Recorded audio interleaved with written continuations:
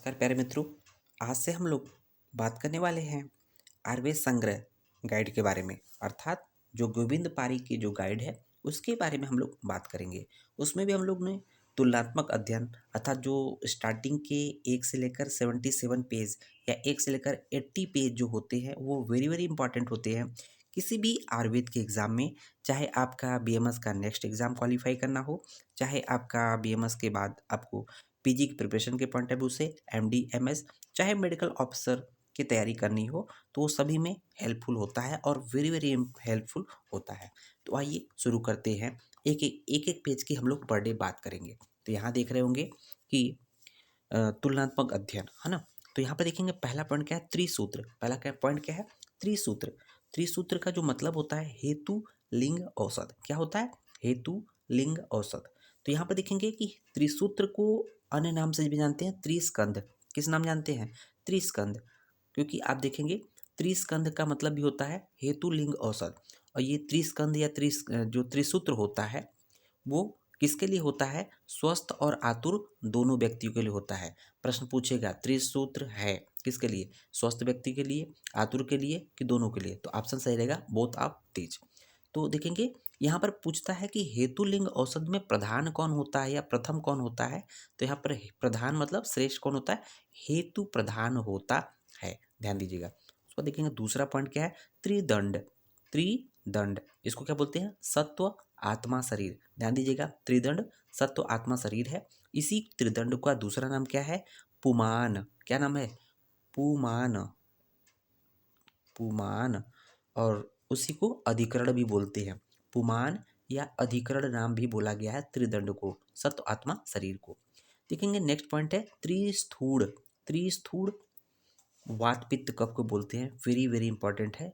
त्रिस्थूल किसने बोला है, सुश्रुत ने बोला है, टर्म किसने दिया है, सुश्रुत ने। और देखेंगे त्रिस्तंभ, ये भी वात पित्त कफ है। और इसी को त्रिदोष भी बोलते हैं। क्या बोलते हैं, त्रिदोष। त्रिदोष तो हम लोग जानते हैं त्रिदोष कौन कौन से हैं, वात पित्त कफ, इसी को त्रिस्थूल बोलते हैं, इसी को तीन स्तंभ अर्थात त्रिस्तंभ बोलते हैं, वात पित्त कफ। अगला पॉइंट देख रहे होंगे त्रय उपस्तंभ, ये भी वेरी वेरी इंपॉर्टेंट है। त्रय उपस्तंभ, देखिए क्या टर्म जुड़ गया, उप। जो त्रय स्तंभ था वो वात पित्त कफ था, लेकिन जो त्रय उपस्तंभ क्या है, आहार, स्वप्न और ब्रह्मचर्य। तो चरक ने त्रय उपस्तंभ क्या बोला है, आहार, निद्रा न कर कहे, स्वप्न, ब्रह्मचर्य। आहार सिंपली कह सकते हैं आहार निद्रा ब्रह्मचर्य, आहार निद्रा ब्रह्मचर्य। एक्चुअली निद्रा टर्म किसी ने दिया नहीं है, एक्चुअल टर्म होता है स्वप्न। तो इसलिए आहार निद्रा ब्रह्मचर्य कहिए या आहार स्वप्न ब्रह्मचर्य करिए, ये तो चरक ने कहा। लेकिन अगर बात करें अष्टांग हृदय की, तो देखेंगे अष्टांग हृदय और अष्टांग संग्रह दोनों ने ब्रह्मचर्य न कह के क्या बोला है, अब्रह्मचर्य बोला है। इसलिए अष्टांग हृदय और अष्टांग संग्रह दोनों ने ब्रह्मचर्य की जगह पे, चरक के ब्रह्मचर्य की जगह पे अब्रह्मचर्य बोला है।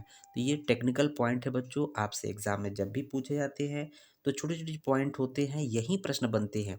ये अष्टांग हृदय के हिसाब से पूछ देगा तो आप ब्रह्मचर्य की जगह अब्रह्मचर्य जगह ब्रह्मचर्य लगा दोगे, जो कि चरक के अकॉर्डिंग होता है। अब देखेंगे कि जो स्वप्न बोला है चरक ने, आहार स्वप्न ब्रह्मचर्य चरक ने बोला है। अब इसी स्वप्न की जगह पे अष्टांग हृदय ने स्वप्न न कह के शयन बोल दिया। क्या बोल दिया, शयन।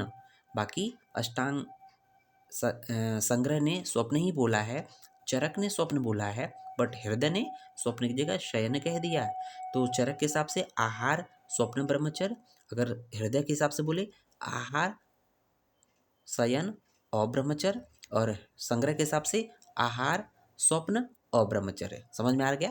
उसको देखेंगे त्रिस्कंद। त्रिस्कंद क्या है, हेतु लिंग औषध। तो पहला पॉइंट क्या था, त्रिसूत्र, इसी को हम लोगों ने त्रिस्कंद बोला था, दैट इज कॉल्ड हेतु लिंग औषध। अब देखेंगे कि धूमपान भेद। धूमपान अर्थात जो धूम्रपान करते हैं, मेडिकेटेड धूम लेते हैं, नासागत रोग, चाहे वो मुखगत रोग हो, चाहे वो सिरोगत रोग हो, उसमें हेल्पफुल होता है ना।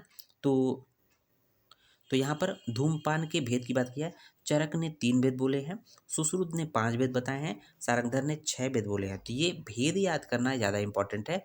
चरक ने कितने भेद बोले हैं, 3 भेद बोले हैं, सुश्रुत ने 5, सारंगधर ने 6। अब देखेंगे चरक ने 3 भेद मतलब कौन कौन से बताए हैं, बी नीचे चलेंगे हम लोग। 24 32 36 वैरेचनिक स्नेहिक प्रायोगिक BSP, वी फॉर वैज्ञानिक, एस फॉर स्नेहिक, पी फॉर प्रायोगिक। इसलिए हम लोग याद करेंगे BSP बहुजन समाज पार्टी याद कर लेंगे। तो बी फॉर वैज्ञानिक, एस फॉर स्नेहिक, पी फॉर प्रायोगिक।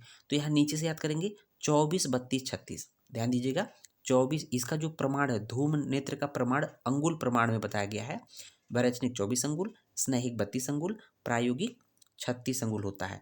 अब जो सुश्रुत का जो BSP है तो सुश्रुत ने भी 3 BSP प्लस KB। तो यहाँ ध्यान दीजिएगा BSP प्लस KB। तो BSP प्लस KB, के फॉर कासग्न, वी फॉर बामक।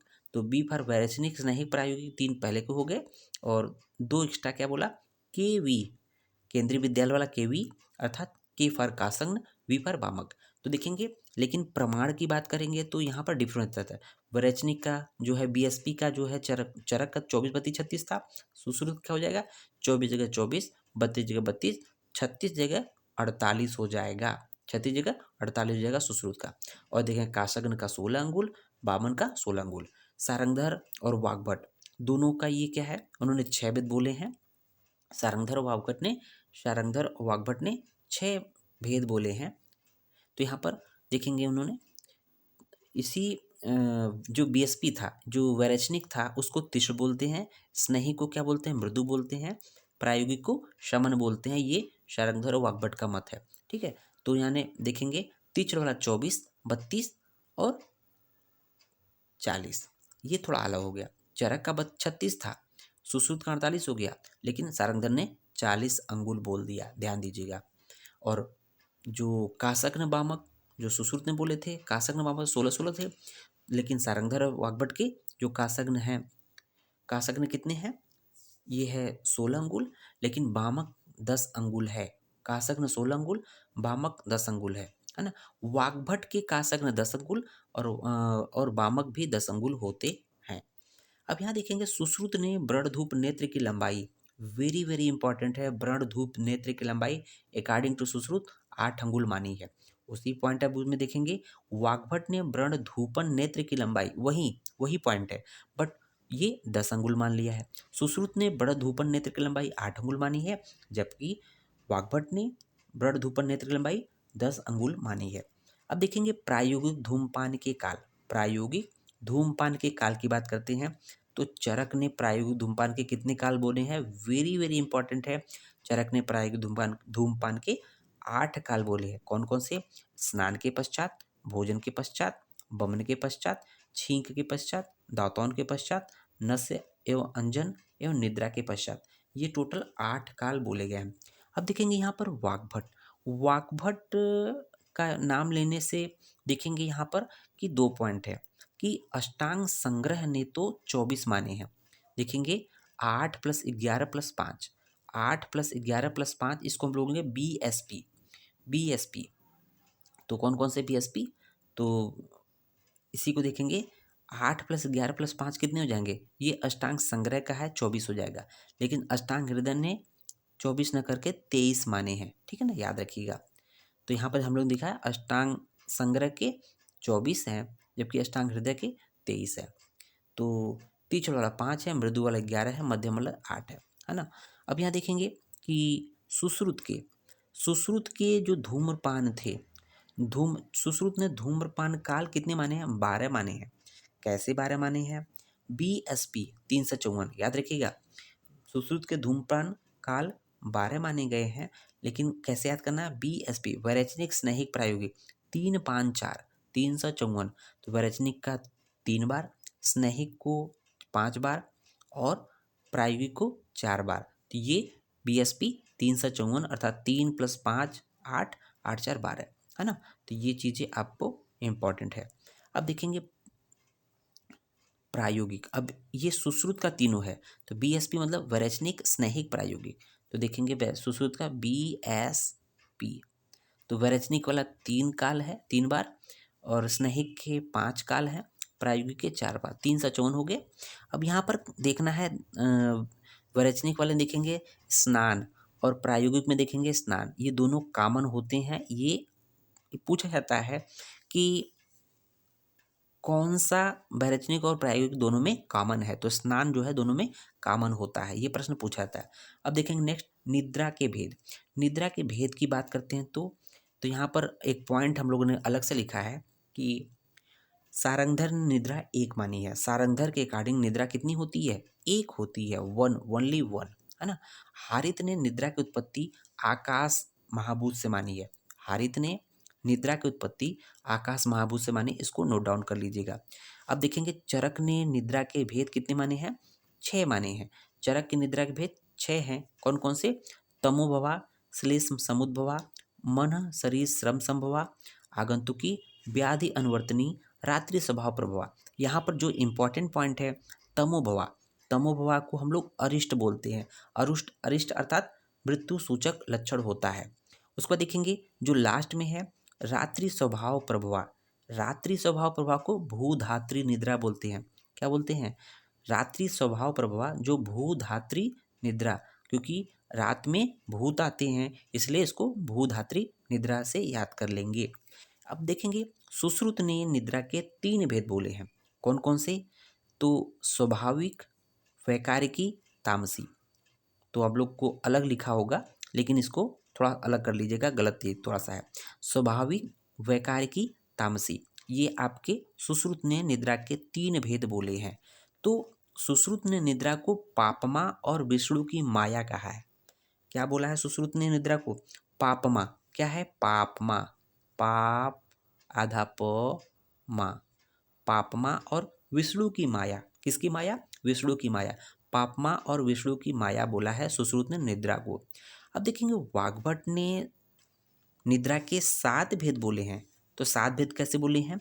चरक, चरकोक्त अर्थात चरक के मन और शरीर श्रम संभवा को अलग अलग करके 7 भेद माने हैं। तो यहाँ देखेंगे मन शरीर श्रम संभवा को मन श्रम संभवा और शरीर श्रम संभवा अलग अलग कर देंगे तो अलग एक एक्स्ट्रा हो जाएगा, 7 हो जाएगा। अब यहाँ पर देखेंगे दधी। दधी अर्थात दही के कितने भेद की बात करें? सुश्रुत ने 3 और 7 भेद बोले हैं। सुश्रुत ने दही के 2 जगह भेद बताए हैं, एक 3 भेद बोले हैं, एक 7 भेद बोले हैं। तो 3 भेद कौन कौन से हैं? मधुर दधी, अम्ल दधी, अति अम्ल। मधुर, अम्ल, अति अम्ल, ये सुश्रुत के 3 भेद हैं। और भाव प्रकाश ने दधी के 5 भेद बोले हैं, है ना। भाव प्रकाश ने दधी के 5 भेद बोले हैं। आलसो तक्र, यही 5 भेद भाव प्रकाश ने तक्र के भी बोले हैं। जबकि चरक और वाग्भट ने जो है 3 भेद बोले हैं दधी के, है ना। अब देखेंगे यहाँ पर अधारणी वेग के बारे में बात किया गया है। अधारणी वेग, तो चरक के अधारणी वेग कितनी है? 13 माने गए हैं। चरक के अधारणी वेग कितने माने गए हैं? 13 माने गए हैं। और वाग्भट ने अधारणी वेग जो है 13 की जगह 14 मान लिया है ना। चरकों को उद्गार के स्थान पर कास का वेग माना, वाग्भट ने 14 माने हैं। अब यहाँ देखेंगे कि योग रत्नाकर में, अर्दित में, योग रत्नाकर में, जो योग रत्नाकर जो बुक है अर्दित, जो कि फेशियल पैरालिसिस में नवनीत से युक्त मासेंद्री का प्रयोग बताया है। वेरी वेरी इंपॉर्टेंट है, नोट डाउन कर लीजिएगा। योग रत्नाकर ने अर्दित में अर्थात फेशियल पैरालिसिस की कंडीशन में नवनीत जो मक्खन होता है से युक्त मासेंद्री का प्रयोग बताया है। सुश्रुत ने नवनीत विशेषो बाला नाम प्रशस्ते, तो उन्होंने कहा कि नवनीत विशेष रूप से बच्चों को प्रशस्त होता है, ठीक रहता है। अब देखेंगे यहाँ पर एक्चुअली निद्रा की बात चल रही थी, हम लोगों ने यहाँ पर स्वप्न का पॉइंट भी नोट डाउन कर लीजिए। तो देखेंगे स्वप्न, चरक ने 7 भेद बोले हैं जिसमें निष्फल 5 होते हैं, जिसका कोई फल नहीं होता है 5 होते हैं, और फलदायक 2 होते हैं। जिसमें कौन कौन से होते हैं? भाविक और दोषज। भाविक और दोषक ये फलदायक होते हैं, बाकी 5 निष्फल होते हैं। काश्यप ने भी स्वप्न के कितने भेद बोले हैं? देखेंगे कि निष्फल के 10 भेद और फलदायक के 6 भेद बोले हैं। निष्फल के 10 भेद, फलदायक के 6 भेद बोले हैं। योग रत्नाकर ने तक्र के 4 ही भेद बोले हैं। क्या नहीं बोले हैं? 5 माइनस छच्छिका, 5 माइनस छच्छिका, ये भेद योग रत्नाकर ने बोले हैं। तो इस तरह से हम लोग का पहला पेज कंप्लीट होता है। धन्यवाद।